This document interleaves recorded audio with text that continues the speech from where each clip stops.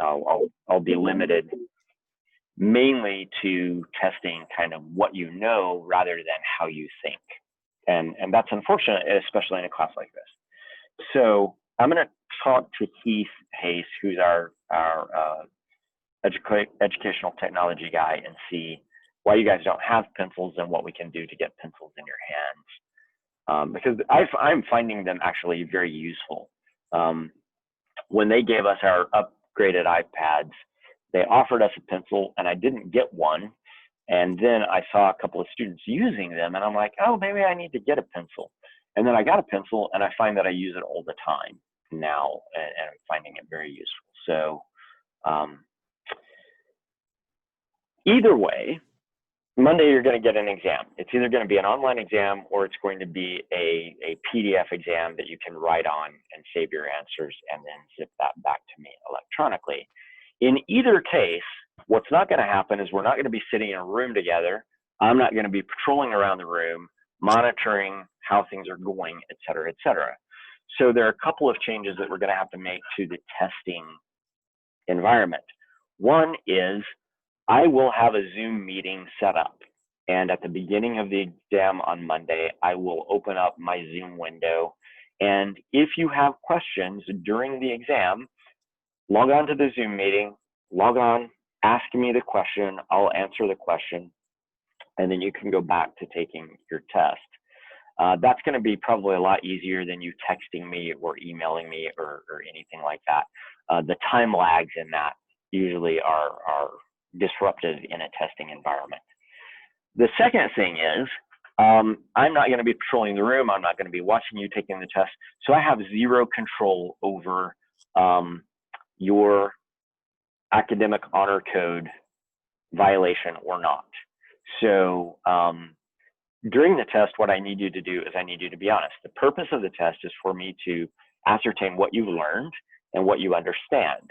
If you are consulting your textbook or consulting your notes or consulting the internet during the test, then the test doesn't become an accurate judge of what you've learned or what you understand. So what I need from you is I need you guys to be on your best behavior in terms of letting the test do what the test is designed to do, which is to give me an idea of what you learn and what you understand. This is especially crucial for this information that we're doing now, because if you look in the schedule of topics, later in the semester, we're going to be talking about genetic engineering. Well, if you don't understand, especially the stuff that we went over last week and the stuff that we're going over this week, which is all about genetics, you're not going to understand any of that stuff that you're reading when you read a National Academy of Sciences report about genetic engineering, which you have to give a presentation to the rest of your peers in the class about, and which you ultimately have to write a position paper about. So it really is crucial that you learn the material and that you understand the material. And I need to have ways of knowing whether or not you've done that. And an exam is one of those ways. So I need you to be what's known in educational business as highly self-regulated learners. So on the exam, regulate yourself. Don't be tempted to go and find an answer outside of your own brain during the exam because you can, because I'm not watching. So it would be nice if Americans in general were better at self-regulating, but as you can tell, we're having remote class rather than in-person class, and we're asked to wear masks rather than walking around like New Zealanders are without masks, because New Zealanders are much better at self-regulating than Americans are. So be better about that than others are. So be honest on the test. So that is that. Once I hear back from Heath about the pencils, if I can get Apple pencils for you, then you need to go and get those Apple pencils this week sometime, assuming that he has them. I should know by probably the end of the day today whether I'm going to be able to pull that off or not, and I'll just send you guys out an email about that. And then if we can't get them in your hands, then we'll figure out some other way of doing the test. Sound good? Okay. Sometime this week, take a look at that test that is up there. I've already told you certain things that are going to be on the test even before you saw that old exam. I told you that I'm going to ask you what the omnivorous dilemma is. I've already told you that I'm going to put diagrams on there and ask you to label them. So the test shouldn't be too surprising to you, but now you see an example of a test from a previous semester. All right, questions about that? All right. So let's get back to what we were doing before. We were talking about what's known as the central dogma. The central dogma is just this this general term that we have for this process of essentially going from DNA, using DNA as a template for making RNA, and then using that RNA as a template for specifying the sequence of amino acids in a polypeptide or a protein. And so this is the process by which we go from the genotype, which is the actual genes, the sequences of nitrogenous bases in DNA, all the way up to the phenotype. So when you roll your tongue, when you have a certain hair color or eye color, when you have a certain amount of speed in the 100-meter dash or something like that, that's ultimately determined by the proteins that you possess, the types of proteins that you have built. But those proteins are dictated to you by the genes that specify those proteins. This is the codon table that shows you how that genetic code gets translated into different amino acids. It also has a signal for when protein synthesis starts, which is the methionine sequence here. And it also has 3 variations of how you can stop protein synthesis. So when we think about the genetic code, the way we get new genetic variation is we get new genetic variation through mutation. Does anybody know what a mutation is? Can anybody give me a definition of mutation from your reading?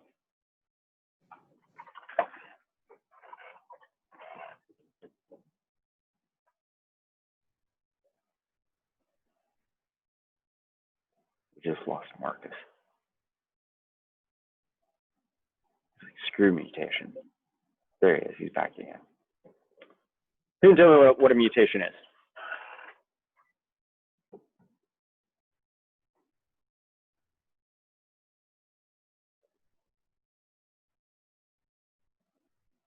I don't see anybody talking. Blake, what's a mutation? I don't know for sure, but if I had to guess, isn't it just changes in the DNA sequence? It is changes in the DNA sequence, and it's random changes in the DNA sequence. So random permanent changes in the nucleotide sequence of an organism's genome, or this can also occur in what is called extrachromosomal DNA and RNA. So you can have mutations in your normal chromosomal DNA, but there's also special DNA that resides in your mitochondria that can mutate as well. And these mutations can take the form of substitutions, deletions, duplications, and these things called transposable elements, which we'll talk about when we talk about corn genetics here in a little while. So the rate of mutation varies quite a lot. It depends on the type of mutation. It also depends upon the gene that the mutation occurs in. Some genes are more likely, more prone to mutate than others. Some organisms have higher rates of mutation than other organisms do. So there's a lot to learn about mutations. So a substitution mutation often takes the form of what we call a single nucleotide polymorphism. This is just a situation where a single nucleotide changes. An adenine will change to a cytosine or something like that, but it just happens at one spot. These are super common, but there are 2 kinds of single nucleotide polymorphisms. One of these is a transition where you go from a cytosine to a thymine or a thymine to a cytosine. In the DNA molecule, there are purines and pyrimidines. Pyrimidines have a single 6-member chain, a 6-member ring in their structure. So if we go back a little ways.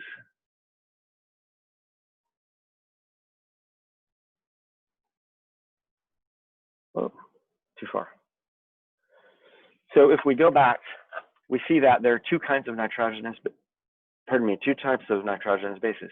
One nitrogenous base has a single six-membered ring. Other nitrogenous bases have a six-membered ring bonded to a five-membered ring. These are wider apart. They have a wider diameter than these do. And so you always see a six-membered single ring bonded to a six-membered, five-membered dual ring. Six-membered ring bonded to two rings. Two rings bonded to one ring. So pyrimidines are the single ring version.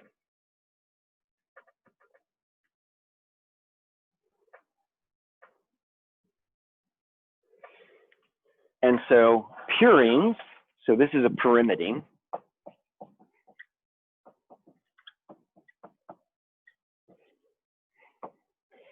The purine is the version that has a six-membered ring bonded to a five-membered ring. Now, you're going to ask yourself, how the hell does he remember that? Well, I remember it by just the opposite. Pyrimidine is the shorter molecule that has the longer name. Purine is the longer molecule that has the shorter name. And I'm serious, that's how I remember it. So the reason that this becomes important, and the reason that this type of mutation, changing out one purine or one pyrimidine for another pyrimidine, is that when you have a DNA molecule that is lined up with a sugar phosphate backbone,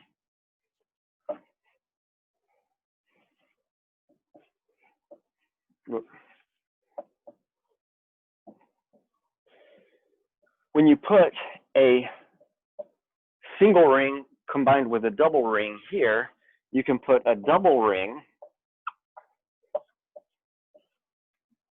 and I'm a terrible drawer of chemistry, with a single ring, and when you do that, this sugar phosphate backbone stays the same distance away from this sugar phosphate backbone because you always have a single ring bonded to a double ring structure in the middle. If, on the other hand, you trade out a double ringed molecule for a single ring molecule, all of a sudden, this sugar, I drew this all wrong. This sugar now gets pulled in, and so now the molecule is shorter. It's not as wide as it was before. If you put a double ring in place of the single ring, the molecule gets further apart. And cells actually monitor the size of their DNA molecules. And the DNA molecule is always the same distance apart, these two sugar phosphate backbones. And so it's easy to separate out a cytosine and a thymine because they're both the same width. It's easy to separate, to trade out a purine for a purine because they're both the same width. It's harder to do what's called a transversion, which is switching a purine out for a pyrimidine or switching a pyrimidine out for a purine, because at that point you're changing the width of the molecule itself, the overall width of the molecule itself.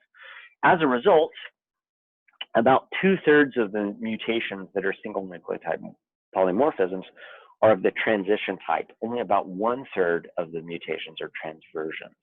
And so this is one of the things that contributes to variation in the rate of mutation.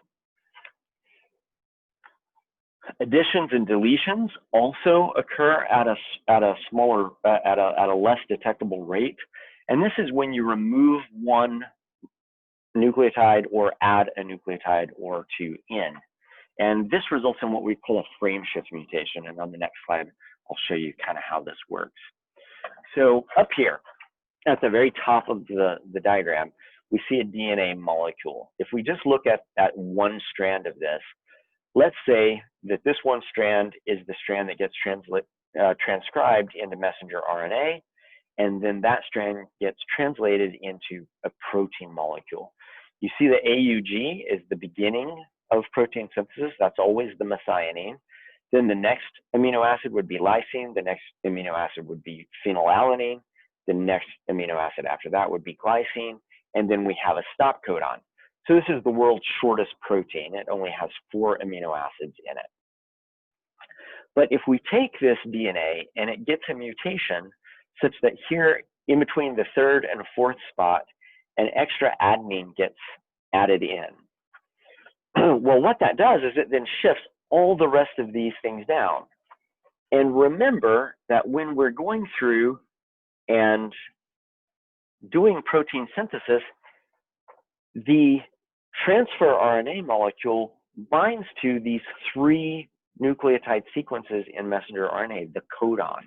And so because it's set up in these 3 nucleotide sequences, codon here, the 2nd codon, then the 3rd codon, then the 4th codon, if you insert a mutation in there, it shifts all the codons down from that point on. So what was a codon that was adenine, adenine, and guanine now becomes uracil, adenine, adenine. A codon that was uracil, uracil, uracil is now guanine, uracil, uracil. And in this case, it took a codon sequence that specified the amino acid lysine and converted that codon into a stop codon.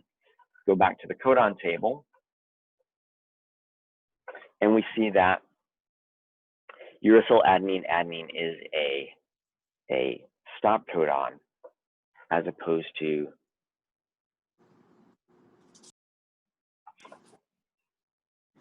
I don't know if anybody else is having these issues, but we can't see your slides. we can't see. Oh, you can't see the slides. I can see the grid view, but not the individual slide. Oh, crud. Well, what am I sharing then? I can see all of them, but not what you're on. All right. Thank you. You should have told me that earlier because I thought I had done this correctly. All right. Now can you see that? Yes. Oh, okay. That's all right. That's weird because it had a green box around it and everything. Okay. So, well, this will now make a lot more sense to you. So, we're looking at this. Can you guys see these sequences? Yeah. Okay. All right. Yeah. Stop me if it looks like I'm talking about something that you should, in theory, be able to see and can't, because you have to see this in order to really grasp it. So here we have a DNA strand here, 2 halves of the DNA. This is the strand that gets actually transcribed into messenger RNA. The messenger RNA then will get translated into an amino acid sequence. AUG gets translated into methionine. AAG gets translated into lysine. UUU gets translated into phenylalanine. GGC gets translated into glycine. And then UAA is a stop codon. So like I said, this is the world's smallest protein. It only has 4 amino acids. We can number these positions, position 1, position 2, position 3. The first 3 positions is the first codon. Position 4, 5, and 6, that's the second codon. 7, 8, and 9, that's the third codon. 10, 11, 12 is the fourth. 13, 14, and 15 is the fifth codon. Each of these codons specifies a particular amino acid. If something happens to the original DNA and there's an insertion mutation, this insertion mutation comes, in this case, between the guanine and the adenine, between the 3rd and 4th position. So you see them right there. There's an extra adenine added in there, which gives you an extra thymine here, which gives you an extra uracil here. Well, now the second codon, which was an adenine, adenine, guanine, is now a uracil, adenine, adenine. And we see from up here that uracil, adenine, adenine is actually a stop codon. So because of this insertion, all of the codons have shifted down, shifted to the 3' end of the DNA molecule. And as a result, it changes not only that first amino acid sequence, but it will change every other amino acid, the whole rest of the links down. And in this case, what it did was it stopped protein synthesis way earlier than it should have. So now you only have one amino acid rather than 4 amino acids. You can also have a deletion. So this is 1, 2, 3, 4, 5, 6, 7, 8, 9. If we take the 9th position here, this third adenine from the top here, and delete it, well, we lose that thymine, and as a result of losing that thymine, we lose this uracil. So now protein synthesis starts off okay. We get the second codon, which is lysine, but the codon, the third codon, rather than being a uracil, uracil, uracil, which would normally code for phenylalanine, we get a uracil, uracil guanine, which codes for leucine. And the next codon is also changed because the previous codon would have been a guanine-guanine cytosine, which gives you glycine, but now it's a guanine cytosine uracil, which gives you an alanine. So it changes not only the amino acid where the mutation occurs, it changes all of the amino acids that come after that in the sequence. And it also got rid of that stop codon. So now rather than the protein stopping where it should have, you now have this longer protein being produced that probably doesn't have any sort of function. So this is why we call these things frame shift mutations, is because they shift the frame of the codons when you insert one in or when you pull one out. As a result, these tend to have really big changes in the structure of the protein that is produced, and many times it produces a protein that is not functional. And the reason that we don't see these very often, or as often as other things, is that when you disrupt a protein that much, that protein doesn't really do its function. And if it's an important protein that has an important function, chances are it has really negative effects for any individual that is harboring that type of mutation. And as a result, that individual doesn't live. And so as a result, we just never see that mutation because we don't ever see that mutation in a living organism. They probably occur at a much higher rate than we actually see because it disrupts the structure and function of the protein so much. Okay. So central dogma. Central dogma just basically is this idea that DNA is used to make messenger RNA. Messenger RNA is then used to make protein. This process is known as transcription, where DNA is used as the template for messenger RNA. This process is called translation, where messenger RNA is used as the template for specifying an order of amino acids in a protein. But this whole thing is essentially the process by which you go from the genes to the phenotype, which is the outward expression of the genes. The genes themselves don't do anything except specifying the order of nucleotides in messenger RNA, which then specifies the order of amino acids and proteins. So this is how you go from genes to a phenotype. The phenotype being the outward expression of a gene. Questions about all of that?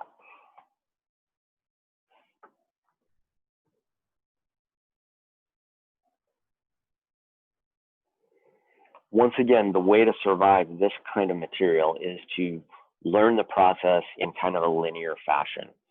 This thing leads to this next thing, that thing leads to this next thing.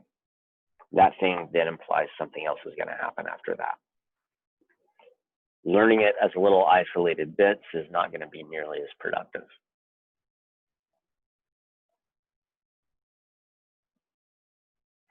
All right.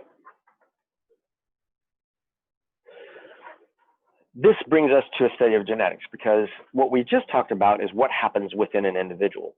Within me, I have genes. Those genes are being transcribed into messenger RNA.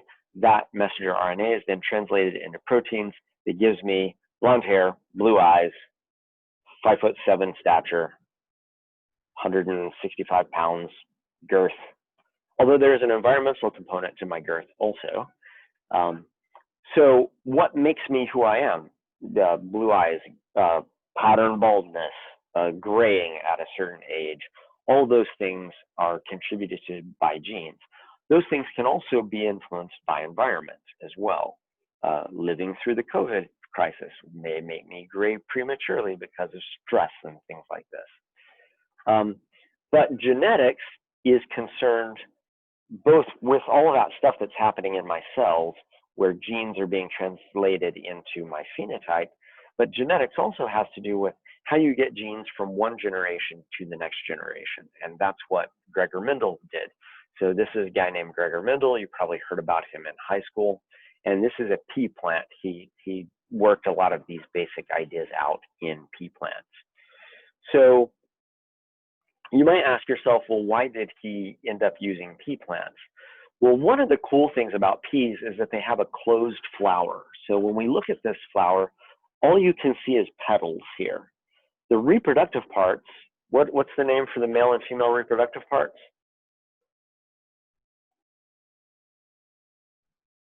The male part is what?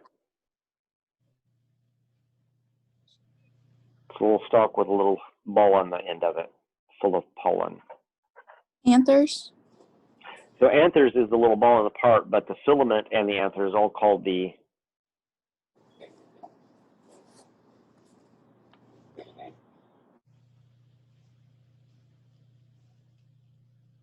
who said anther? Mackenzie. Is that Mackenzie? Mackenzie? So the anther and the filament is called the stamen. What's the female part of the flower called?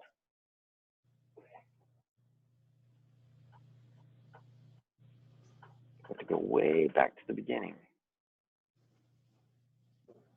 Stigma. Okay, so that's a part of it. The whole thing is called, so the stigma is the part at the top, then we have the style that is the neck, and then we have the ovary and ovule down here, but the whole thing is called the carpel. So we have stamen and carpel. And here you can see that this flower is a flower that is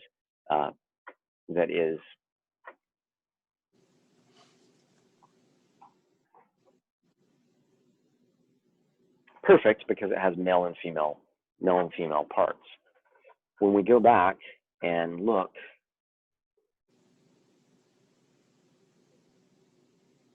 at the figure we were just looking at. Carpin is male again, correct? What? Carpin is the male. Carpel is the female part. The stamen is the male part. Stamen male, carpel female. The reason you know this is because the female produces, in biology, the female is always the member of the species that produces the large immobile gamete. The male is the one that produces tons of mobile gametes. And so the anthers are full of lots of little tiny pollen, and those pollen travel from the male part of the flower to the female part of the flower to fertilize the female part of the flower. The female part of the flower stays there in the ovary at the bottom of the carpel.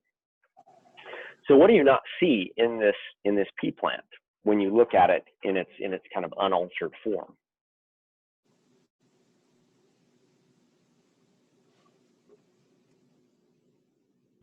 Any of the reproductive parts? Yeah, you don't see any of the reproductive parts. Good. And it's because they're all closed up inside of the petals. And so inside the petals, you have the stamens with their anthers that produce the pollen, and you have the carpel, which has all of the ovules inside of it. And because this is a closed flower, you don't have insects that enter the flower carrying pollen from other plants to this plant. And as a result, the pollen from this flower fertilizes the ovules of this flower. So when you have self-fertilization, what generally happens is those plants then become highly inbred. And when you get highly inbred organisms, they tend to have, all of their genes are what we refer to as the homozygous condition. So I'm about to throw a bunch of new terminology at you.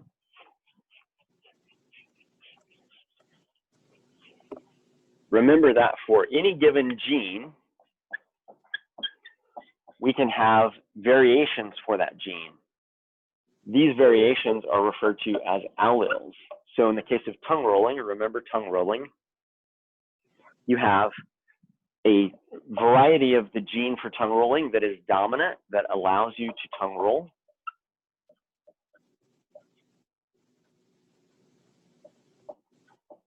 And you have a recessive version that prevents you from rolling your tongue.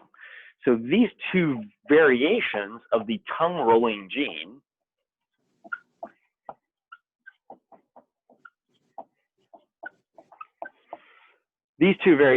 are called alleles. And because every organism is diploid, or all the organisms that we're going to talk about in this class are diploid, you can have two copies of, you do have two copies of every gene. And so you can have two of the dominant, which makes you homozygous dominant. But the homozygous part of this means that you basically have two of the same alleles. You can have a heterozygous genotype, meaning that you have different kinds of alleles, or you can have two versions of the recessive. So this is the recessive allele, but because they're both the same, this individual is once again homozygous, but it's a homozygous recessive because the two that it has the same are the recessive allele. So knowing homozygous versus heterozygous is good to know. Yeah, it's kind of hard to see your board just a little bit. Is it? Yeah. Let me see what I can do about that. Let me.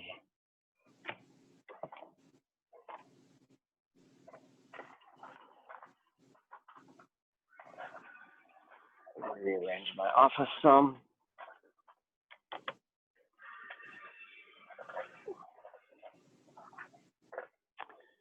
Is that better? Yeah. Okay.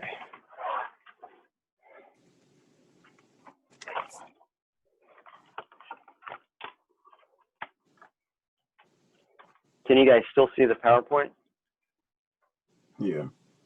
Okay. Good, because I cannot any longer see the PowerPoint. Give me just a sec. Okay. All right.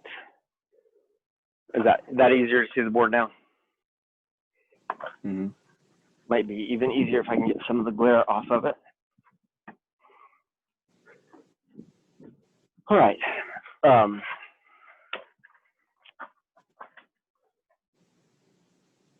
let's see if I can do this. Okay. So when you have self-fertilizing, so when you have peas that are self-fertilizing, they're going to inbreed over generation after generation after generation. And what happens after lots of generations of inbreeding, you end up getting individuals that are either homozygous recessive or homozygous dominant. It gets rid of all of the heterozygosity. As a result of this, they tend to produce offspring that look just like they are. And that's what we mean when we talk about true breeding. If you have a plant that has green peas and smooth pea pods, they're going to produce offspring that have green peas and smooth pea pods. And so that's what it means to be true breeding, in that you produce offspring that look just like you. And so Mendel actually looked at a variety of different traits. He looked at the height of the plant and classified them as either tall or short. The seed shape was either round or wrinkled. You'd have seed color, which was yellow or green. Seed coat, which was seed coat color, which was green or white. Pod shape, inflated or constricted. Pod color, green or yellow, and where the flowers are they out here? Do they occur on stems that come from the middle of the plant, which makes them axial, or do they occur at the tips of the plant, which makes them terminal? So when you go to the store and buy pea plants, when you buy a set of garden peas, you generally have round seed shape, which is a dominant trait, green seed color, which is the inside of the seed, is green, which is a recessive trait, and a green seed coat, which is a dominant trait. And then depending on, and you have no way of knowing this when you order them, but most of the times we have them in constricted pods so that you can actually see how big the seeds are, so that you kind of know when to harvest them. And so all these aspects of color are basically due to single genes that control these factors of color and pod shape. And so what Mendel basically did was he used these true breeding lines. And remember that what a true breeding line means is that you have two copies of the gene, of the same variety of the gene, two copies of the same allele in your genotype, two copies of the same allele in your genotype. So for pure breeding round seeds, you have a big R, because that's a dominant phenotype. And for the pure breeding wrinkled seeds, you have a recessive homozygous. So a homozygous dominant, he bred those with a homozygous recessive. And here's where the term dominant and recessive come in. When he bred those things, so what he did was he opened up the flower, and when he opened up the flower, he cut the stamens out of one flower so that they wouldn't self-fertilize, and then he used the stamens from another flower to fertilize the ovules of the first flower.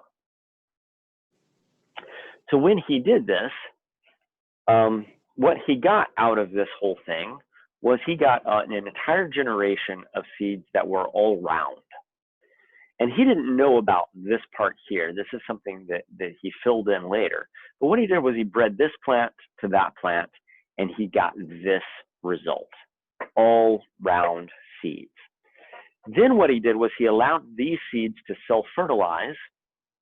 Whoop, I'm hitting the wrong arrows. He allowed these plants to self-fertilize, and when they gave rise to another generation, we got 3/4 of the crop was round seeded and 1/4 of the crop was wrinkled. And so what he saw in his experiment was that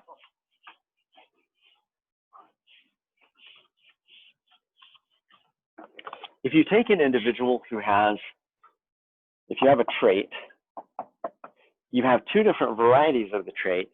If one individual has variety A of the trait, the other individual has variety B of the trait, and you cross them with one another, the offspring all have trait A.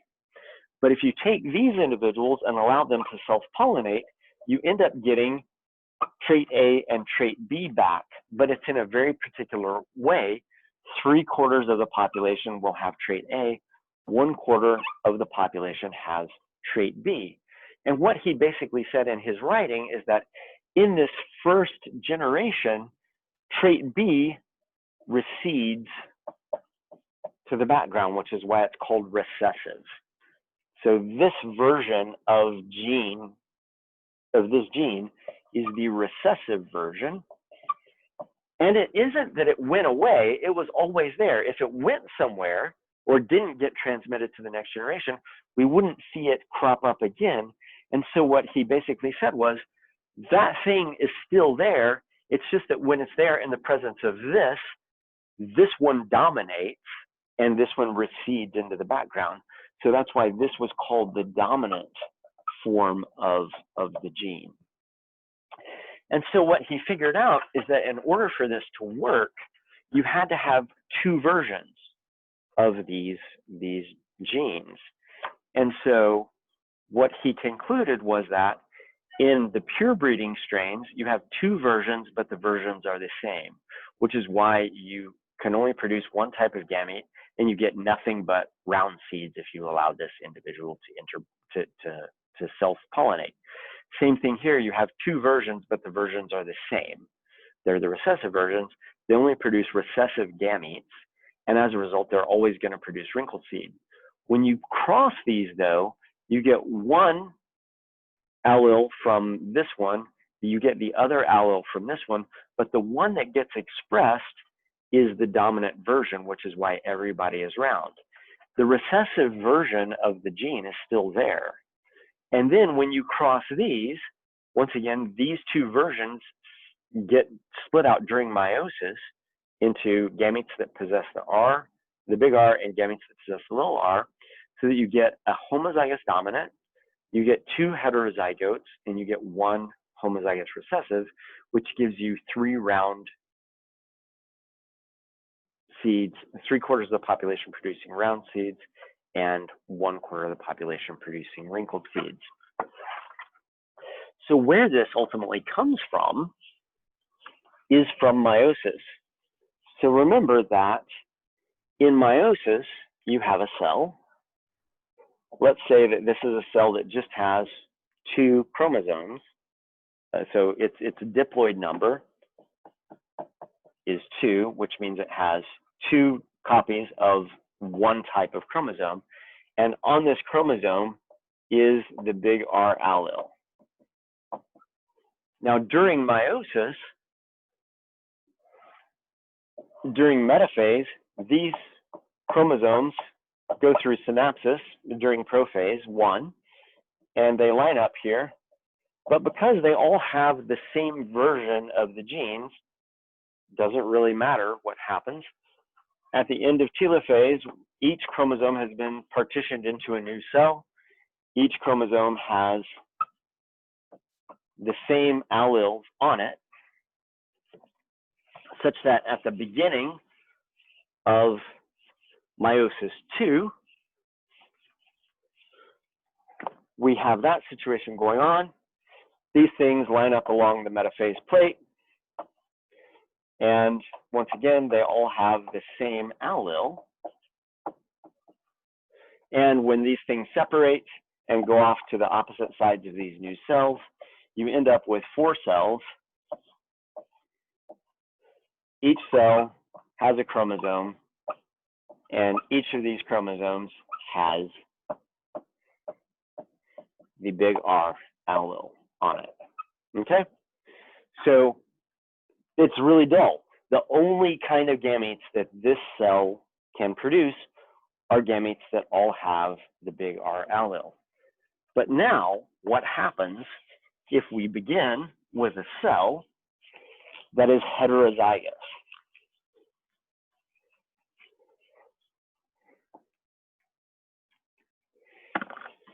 If we begin with a cell that is heterozygous, at metaphase 1,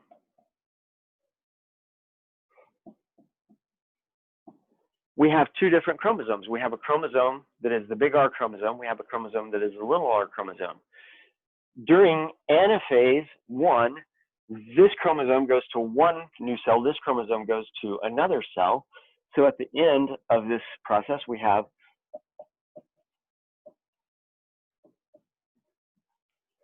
this situation.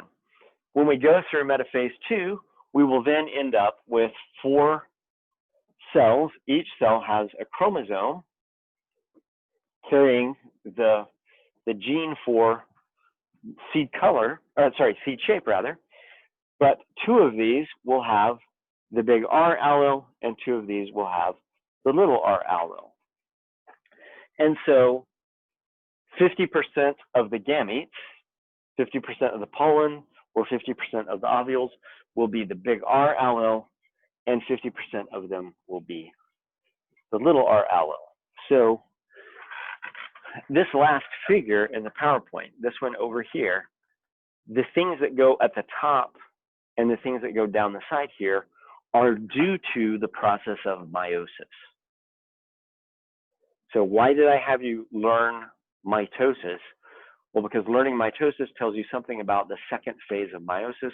Why did I have you learn meiosis? Well, meiosis separates these alleles from one another during the formation of gametes. Why do you need to know that? Well, you need to understand meiosis in order to understand how basic genetics operates. Does that make sense? Okay. So if all of this happens this way, so what Mendel basically did was he took these plants, cross-pollinated them, then allowed self-pollination and observed what seed shapes do we have here, what seed shapes do we have here, what seed shapes do we have here? And from that, he inferred that all of these things are controlled by two different factors. And these two different factors, and he actually used the German word for factor, these two factors are what we refer to as alleles. And so these two factors can either be the same or they can be different. When they're different, then you get the possibility of more variation in your offspring coming out here. And because it was this repeatable 3/4 to 1/4 ratio, he figured out that that must mean that these things are controlled by two factors rather than more than two factors. Another way of thinking about this, and this is maybe the more productive way of thinking about this, and this is actually how I think about genetics problems when I am posed with genetics problems. We have the parental generation. And the first thing that you want to know about your parental generation is, what is the phenotype? In this case, we have the phenotype, which is round versus wrinkled. Well, because we know that wrinkled is the recessive trait, we know that this individual is a homozygous recessive because that's the only genotype that produces the wrinkled phenotype. This individual can either be this genotype or it could also be this genotype, because as long as you have one of the dominant alleles, it's going to produce round seeds. If you take this genotype and cross it with this genotype, the only gametes that this individual can make are the big R gamete. The only gametes that this individual can make are the little r gametes. So at fertilization, you end up with offspring that are all heterozygous. And their genotype, or their phenotype rather, is going to be round. Okay? Notice that whenever I draw gametes, I always circle them. This is just a way for me to keep track in my own head. These are genotypes, these are gametes, and I always put gametes in circles to keep it straight. Those gametes then come together to form a new genotype, which has a phenotype. This is what's known as the F1 generation, the first filial generation.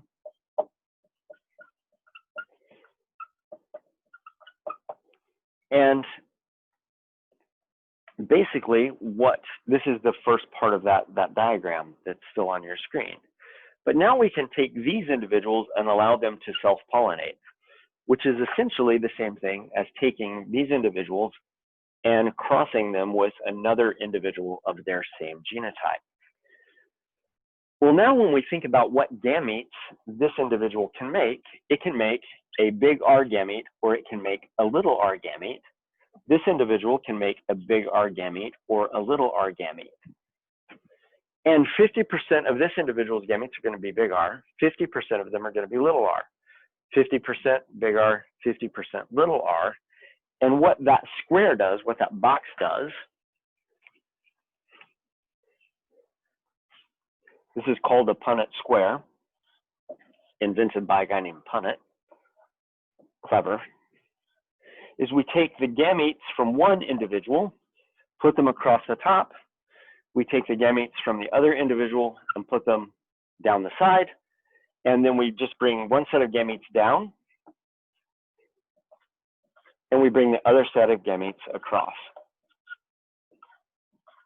And we get one homozygous dominant, we get two heterozygous individuals, and one homozygous recessive. So we can have a ratio of genotypes that is 1 to 2 to 1, but we have a ratio of phenotypes that is round at 3/4 and wrinkled at 1/4. So you'll see a 1 to 2 to 1 ratio and a 3 to 1 ratio. This is a ratio of the genotypes.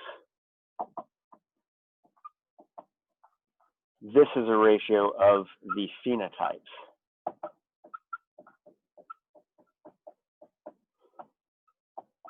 Okay? but it's just really simple mechanics of how to figure this out. Does everybody follow all of that? Okay, are we sure? Yeah. Be positive. Okay, so here's a little test for you. Let's go back to the parental generation.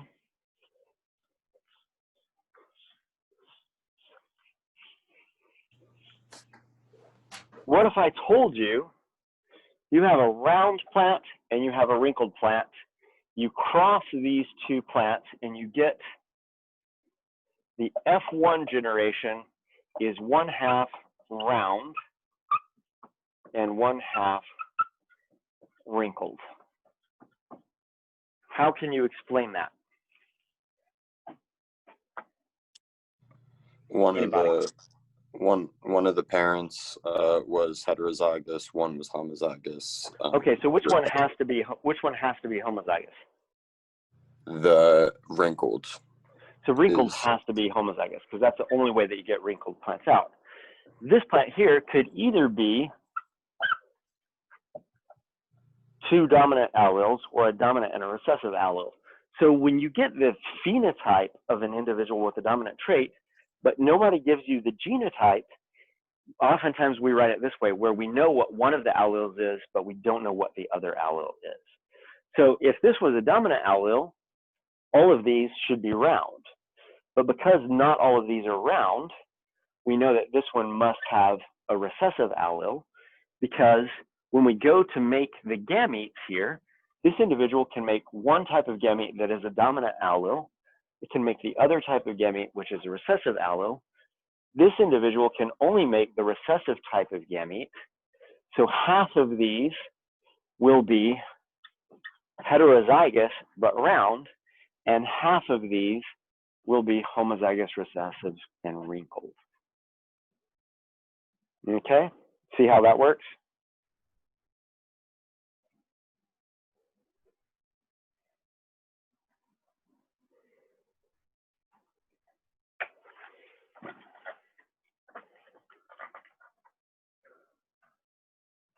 So those are they're the phenotypic and genotypic ratios that I just wrote up on the board a little while ago.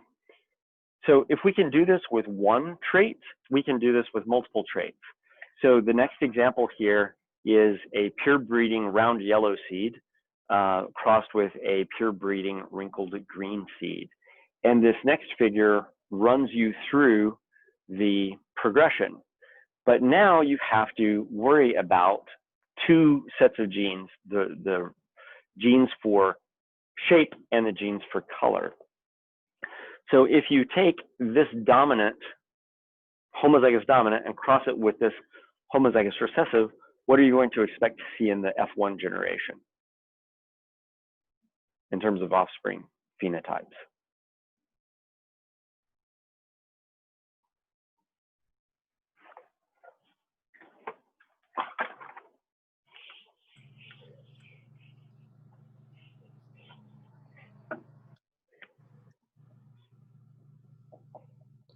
Phenotype would be all dominant traits. They would be all dominant. So the way this works genetically is this individual can only produce one type of gamete. The gametes have to have one representative of every trait in it. So this would be a dominant round and a dominant yellow. This would be a recessive wrinkled and a recessive green. When you combine these, you get an individual that is heterozygous for both traits. This would be a round yellow plant. But now we're going to take those round yellow plants and we're going to cross them with themselves. So now we need to know how many, what are the different kinds of gametes that we can get out of this individual? Do you guys know an easy way of doing that?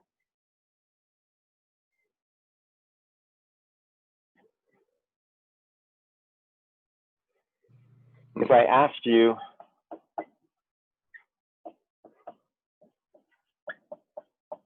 how would you solve this equation? Is the x a variable or does it mean multiply? It's a variable in this case. This is In from the algebra. middle? Yep. Okay. Oh no, this variable isn't it. This is a multiplication. That one. I could just as easily you do it that way. If you were solving this equation, how would you do it?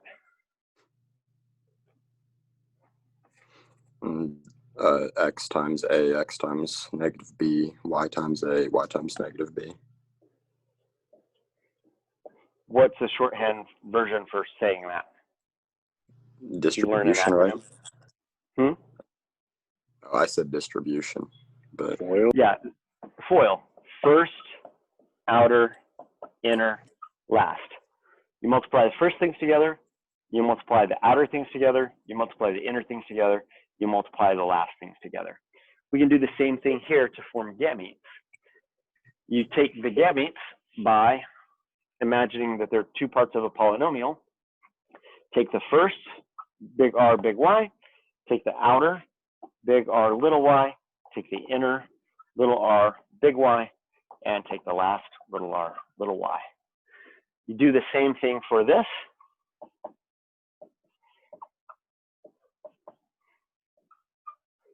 And you can put that in a Punnett square. So we get those gametes. Those gametes produce plants that are all the same. You self-pollinate those. It leads us to a Punnett square that looks like this, where we have one set of gametes across the top of the Punnett square, the second set of gametes across the bottom of the square. So since we're at 10:04, what I want you to do for Wednesday is work out the Punnett square.